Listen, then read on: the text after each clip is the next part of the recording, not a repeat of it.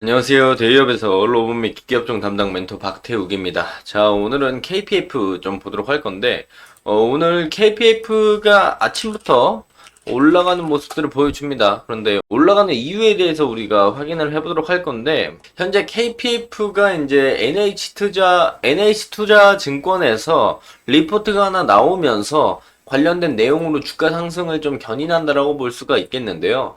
KPF, NH투자증권에서 이제 KPF에 대한 어떤 내용을 얘기했는가? 이제 화스너 사업의 턴어라운드, 그리고 내년에 큰 폭 실적 성장을 전망을 했습니다. 그래서 해당 내용들로 인해 가지고 KPF가 오늘 올라간다라고 보시면 좋을 것 같고요. 그 내용들을 제가 이제 자세히 가져왔습니다. 도대체 이제 어떤 내용들로 인해서 KPF가 추가적인 상승을 맞을 수 있을지. 2025년 실적 최대치 갱신이 우리가 오늘 볼 수 있는 큰 주제라고 볼 수가 있겠고, 또한 이제 자세한 내용으로 따지면 조선 슈퍼사이클에 대한 수혜와 금리 인하와 대규모 인프라 투자로 인한 실적 성장이 KPF의 이제 2025년 최대치 갱신을 할 수 있는 요인들로 확인이 된다라고 말씀을 드릴 수가 있겠고, 해당 내용도 좀 자세히 보고, 뒷부분에서 기술적인 분석 같이 보도록 하겠습니다. 자, 내용들을 우선 보면은 사실 화스너를 잘 모르시는 분들도 있을 것 같아요. 파트너의 뜻을 해석을 해보면은, 그러니까 기계, 뭐 기구, 구조물의 부품들, 뭐 부속품 그런 것들을 체결하는 요소를 화스너라고 하는데, 뭐 볼트, 너트, 나사 이런 것들을 화스너라고 불러요. 그래서 화스너와 베어링 그리고 기어 등 자동차용 단조 부품 생산 판매를 하고 있고, 자회사로는 이제 선박용 케이블 기업인 TMC가 있죠. 보시면은 TMC가 있고, 정밀감속기 베어링 기업은 SBB테크를 보유하고 있다. 그래서 주요 전방 사업은 중장비, 뭐 배관, 건설, 자동차, 조선 등이 있고, 2023년 매출액 기준으로 좀 따져봤을 때 화스너 쪽이 31%, 베어링 24%, 선박용 케이블 매출이 한 45% 정도 된다. 그래서 이제 TMC가 해상 케이블 사업을 진행을 하고 있는데, 선박용이랑 해양용을 진행해요. 지금 제일 뜨고 있는 해저 케이블이랑은 또 다른 겁니다. 그래서 조선업 호황에 따라서, 선박용 케이블 사업 중장기 성장을 전망을 해볼 수가 있다라고 되어 있습니다. 자, 동사 선박 케이블 사업은 이 TMC를 주축으로 글로벌 시장 점유율 1위를 좀 차지하고 있다. 국내 점유율 또한 50% 이상을 차지하고 있고, 여기서 이제 헷갈리시면 안 되는 게 뭐냐면, 해상 케이블이랑 해저 케이블이랑은 달라요. 요거랑은 다르니까 해저 케이블 LS가 이제 대장 아니냐 이렇게 이야기하실 수 있는데 조금 다른 부분이 있습니다. 그래서 오해하시지 않으셨으면 좋겠고, 그래서 이제 해상 케이블의 국내 점유율 또한 절반 이상 차지하고 있고, 국내 조선사들이 2027년에서 2028년까지 일감을 확보해 놨고, 점차 이 건조 사이클이 도래함에 따라서 선박 케이블 실적 성장이 지속적으로 성장할 거다. 그래서 TMC와 TMC 종속 회사들의 실적 추이를 보면은 2024년과 5년에 매출액과 영업이익이 올라가는 모습들을 우리가 충분히 확인해 볼 수가 있겠죠. 그래서 이제 영 기준으로 봤을 때 2022년, 2023년에 흑자 턴어라운드를 했고, 올해부터 본격적인 실적을 기대해 볼 수가 있다라고 볼 수가 있겠고, 이건 TMC, 즉 자회사에 대한 부분들을 말씀을 드리는 거예요.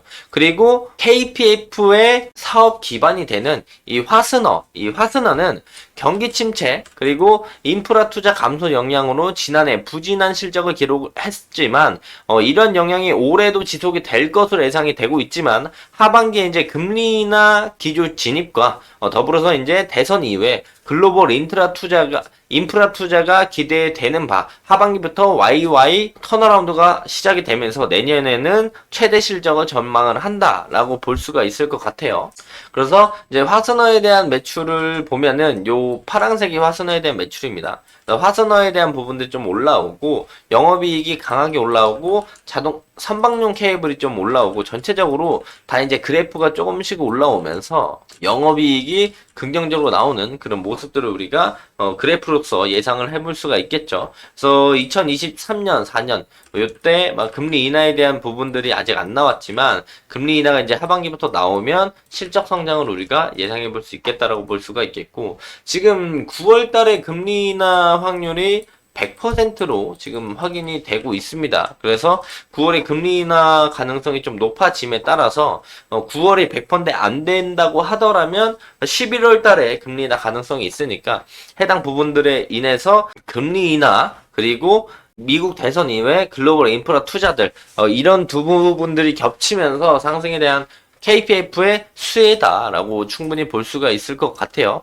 그래서 이제 화스너 자동차 부품 사업 매출액 추이 전망을 보면은 이제 2024년 5년에 4년까지 해당 4년까지 경기 침체, 인프라 투자 감소의 영향이 있었지만 지금 하반기에 금리 인하에 대한 부분들이 나오고 미국 대선이 끝나고 인프라 투자가 좀 진행이 되면은 2025년에 이렇게 매출 성장을 우리가 볼 수가 있겠다. 자동차 부품이든 화스너 부품이든 이렇게 볼 수 있고, 또한 이제 추가적으로 좀 말씀을 드리면 2022년부터 확대가 되는 EU의 중국 파스너 반덤핑 제재에 따라서 쉽게 말하면 EU 쪽에서 중국에 관세를 좀 더 붙이면서 그 반사수혜로 이제 국내 파스너 사업의 경쟁력이 꾸준히 증가되고 있다.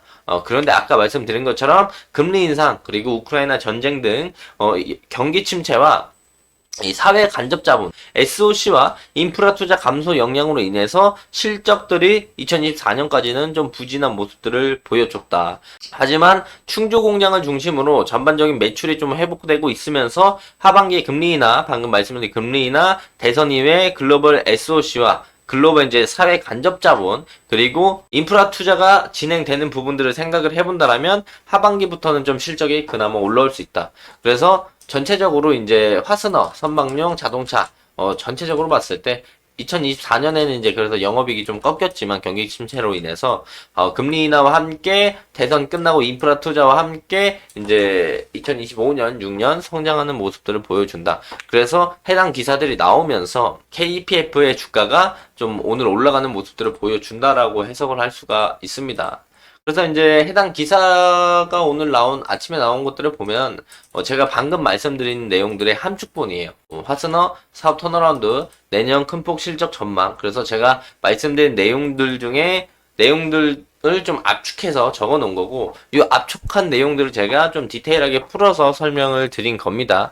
그래서 오늘 KPF가 10% 상승하는 모습들을 보여주는데, 해당 관련된 실적 성장에 대한 부분들이 나오면서 갭되면서 주가가 올라가는 모습들을 보여준다. 그래서 올해 자체는 이제 실적이 조금 부진하더라도 개선에 대한 모습들을 우리가 생각해 볼 수가 있겠고, 또한 이제 내년의 실적이 엄청 좋아질 기대감으로 지금 올라가기 때문에 오히려 KPF를 지금 갭 떠서 놓치신 분들은 괜히 따라 들어가서 단기적인 고점에 물리는 것보다 우리가 어차피 알고는 있잖아요. 2025년에 실적이 크게 증가할 것이다. 이 부분은 알고 있기 때문에 지금보다 싼 가격으로 내려왔을 때, 조정이 왔을 때 우리가 눌림을 공략을 해본다라면, 이후에 추가적인 상승이 나온다라면 그때 우리가 좋은 결과를 가져갈 수 있다. 그리고 현재 단기적으로 본다라면 저점들이 높아지고 고점들이 이렇게 높아지는 모습들을 보여주면 단기적으로 이런 우상향 추세를 만들어 줄 건데, 지금 장기 평선 라인들을 다 돌파하면서 오늘 올라가기 때문에